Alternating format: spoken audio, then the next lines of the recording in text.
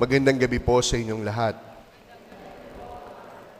Ang isang katanungan na napakasimple pero mahirap bigyan ng kasagutan ay ang tanong na ilang taon ka na? How old are you? You see, the question is very simple and yet it is difficult to answer.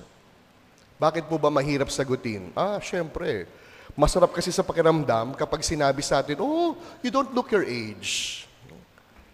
Masarap po sa pakiramdam at sa pandinig kapag sinabing, mukha kang bata sa iyong edad.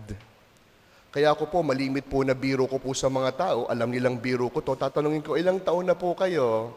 Sasabihin ng mga tao, Father, 58. Sasabihin ko, hindi ko kayo mukhang 58. Talaga, Father? Opo. Mukha po kayong 57. Yeah. Sasabihin nila, Father, isang taon lang. Abay, gusto talagang maraming taon ang ibawas sa kanilang mga edad. Masarap kasi sa pakiramdam, kaya mahirap sagutin yung tanong na ito dahil yung mukha dapat ay hindi kaparehas ng edad. But my dear friends, age do not really matter. How you look, but how you feel.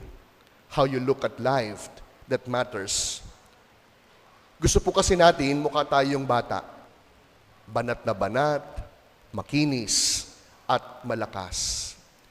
Sa simpleng katanungan na ito, makikita natin ang isang dakilang katotohanan tungkol sa atin bilang mga tao. And what is that? We always wanted to present that is everything in us is all right. We always wanted to put our best foot forward. Kaya nga po, sigurado ako dito, bago kayo magsimba, naligo kayo. Although wag papakasigurado. Totoo yan. Kayo ng umaga, nagmisa ako. Sabi ko nga sa Kristan, naligo ba kayo? Father, hindi po. Malamig. Pero sigurado naman ako, mas marami ang naghanda ng sarili bago magsimba. Pinili ang pinakamagandang damit na isusuot. Ilang beses sinipat ang sarili sa harap ng salamin upang makita kung maayos na ba. We always wanted to put our best foot forward. We always wanted to look nice and beautiful. It is because we always wanted to be appreciated. Gusto natin maganda, mabango, at maayos tayo sa mata ng maraming tao. Na kahit pang simpleng tanong na ilang taon ka na, mahirap sagutin. Sapagkat ibig nating ikubli ang tunay na edad natin. Sa tunay na estado ng katotohanan, ang tanong, hanggang kailan tayo magtatago? Hanggang kailan natin ikukubli? Hanggang kailan natin hindi aaminin kung ilang taon na ba talaga tayo? Naalala nyo, yung isang kinuwento ko, umaten ako ng party ng isang parishioner, hindi naman dito. Nasa pintuan siya ng kanyang birthday venue. Ang sabi ko, Sister, ilang taon na po kayo? Sabi niya, Father, T-something. Ang nanay ko, teacher. Wala naman siya tinurong number na T-something sa akin. Kaya nung araw na yon, since kumain ako ng patolan nung tanghali, talagang pinatulan ko sa sister. Sabi ko, Sister, may kaibigan ako, Benji ang pangalan. Hindi niya naabutan yung T-something ninyo. Na-aksidente, patay.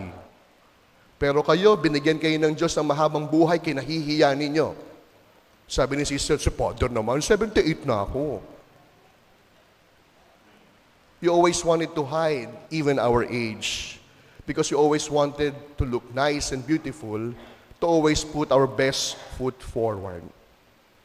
Subalit ang hamon, hanggang kailan? Hanggang kailan tayo magpapanggap? Hanggang kailan tayo magtatago? Hanggang kailan tayo magkukubli? Hanggang kailan?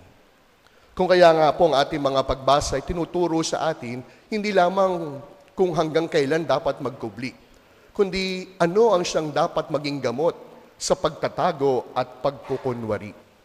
Sa unang pagbasa ay tinuro sa atin ni Moises na tunay na kapatid ng katapatan ang katotohanan. Hindi maaaring mamuhay sa katapatan kung ikaw naman ay sinungaling. My dear friends, always remember this. Who we are is people's perception about us. May dala ka na namang baril. Sige, tabi mo muna yan. Mamaya tayo mag-uusap. Kaibigan ko po yan si Erickson. Sige. Mabait naman yan, no? Papakiusapan mo lang. Ang mga tropa ko dito sa Peña, alam nyo na, sila Erickson. O, papaupoy lang natin siya doon sa harapan. Sige, doon siya uupo. Sige. Action star ngayon yan eh. Ayan, di ba? Sige, upo ka muna. May utang ako sa kanyang basketball shoes.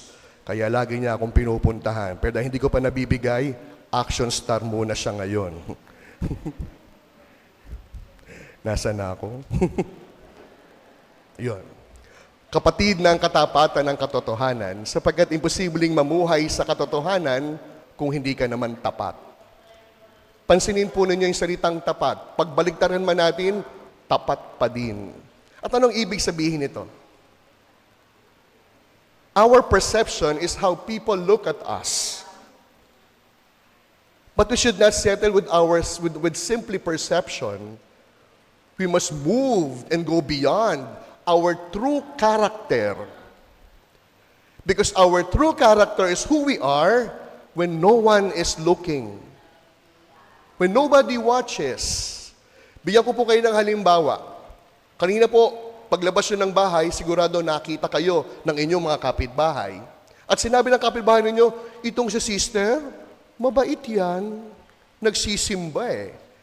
That is your perception. O that is their perception about you.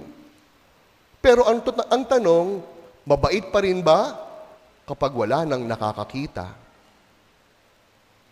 And that is your character. Kapag sinabi po ng anak ninyong, yung tatay ko, mabuting tatay yung tatay ko, mabuti pa rin kaya kapag ikaw na lamang ang mag-isa. Kaya nga po, sa unang pagbasa, ipinapaalala sa atin na character and integrity must come together. Yung pong salitang integrity sa Latin, integer, ibig sabihin whole, kabuuan. Kaya ang iyong karakter, wala dapat pagkukunwari. Wala dapat kinukubli dahil buo bilang ikaw. At yung pong tinuturo sa atin ng unang pagbasa. Ang katapatan ay kapatid ng katotohanan.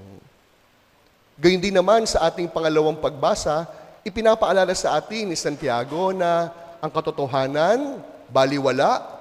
Ang katapatan, baliwala kung hindi naman kayang panindigan. Sapagkat ang katotohanan, hindi lamang dapat pinaglalaban. Ang katotohanan, isinasabuhay din. Bigyan ko po kayo ng isang napakasimpleng halimbawa. No? Ngayon po, talagang isinusulong ang divorce bill. Marami po sa atin, although sasabihin ng mga iba, Father, hindi niyo po alam yung pinagdaanan namin bilang mag-asawa. Binugbog po niya ako. Niloko. But that is beyond the point. Mismong ang Diyos, si Jesus, ang siyang nag-utos, bawal ang divorce. Pero tabi-tabi po, wag po kayong magagalit sa akin.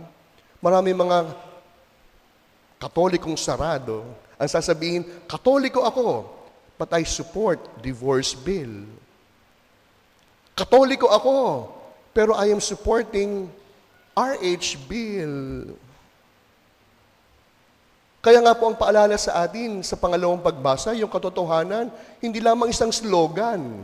Yung katapatan, hindi lamang isang paalala, kundi isang lifestyle na dapat nating gawin. Kaya nga po ganun din naman sa Ebanghelyo. Tinaligsa ni Jesus ang mapagpaimbabaw na pagpapakita, forma ng mga eskriba at pariseyo. Alam niyo po, yung mga eskriba at pariseyo, napakarami po nilang batas. Naalala ko po minsan yung isang batang estudyante ko sa dati ko pong parokya. No? Sabi niya, alam mo, Father, mas makapangyarihan po yung nanay ko kaysa po sa Diyos. Sabi ko, bakit? Ang Diyos po, 10 lang ang batas, ang utos. Nanay ko, ang dami. Ganun po yung mga eskriba at pariseyo. Napakaraming batas na hindi lamang dapat i-memorize. Maraming batas na dapat gawin. But what is the point of Jesus in the gospel? Simply po lamang, you would not go to hell not because your hands were clean, but you will go to heaven because your heart is pure. Let me say that again. You will not go to hell not because your hands were clean, but rather you would go to heaven because your heart is pure. Tama ang tumupad sa batas. Hindi ko po sinasabing mali ang tumupad sa batas, pero ang sabi ni Jesus, huwag natin kalilimutan yung mas mahalaga. Nakapagpaganda ka nga, nang-aaway ka naman ng kapwa. Nakapagsulong ka nga ng katotohanan, kakaiba naman at taliwas ang iyong sariling pamumuhay. Kaya nga po ngayong gabing ito, napakasimple ng ating paalala. Ipinapaalala sa atin ni Jesus, hindi dapat taliwas ang ipinapahayag ng labi sa ginagawa ng ating mga kamay at paa. Kaya nga po, napakasimple lamang po ng paalala. Pag po ba sinabi ng mga kaibigan ninyo, kaibigan natin, mabait ang taong ito, totoo po ba? That is their perception about us. But our true character lies on the fact, mabait bang talaga kahit walang nakakakita? Mabait bang talaga kahit walang nakikinig? As we continue our celebration, my dear friends, let us ask ourselves, is my soul is healthy and beautiful as my body? Hindi dapat taliwas. Ang kinis-kinis ng kutis, pero maitim ang kalooban. Ang lusog-lusog ng katawan, pero nanghihina ang espiritu. Let us remind ourselves that true holiness is not only about following rules and rituals, but also living out what we proclaim and obey in holiness and love. Sa pagpapatuloy ng ating pagdiriwang, lagi nating tatandaan, sa dapit hapon ng ating buhay, tayo ay titimbangin hindi lamang sa sukatan ng pagsunod ng bawat batas na alam natin, kundi sa dapit hapon ng ating buhay, tayo ay susukatin sa timbangan ng pagmamahal.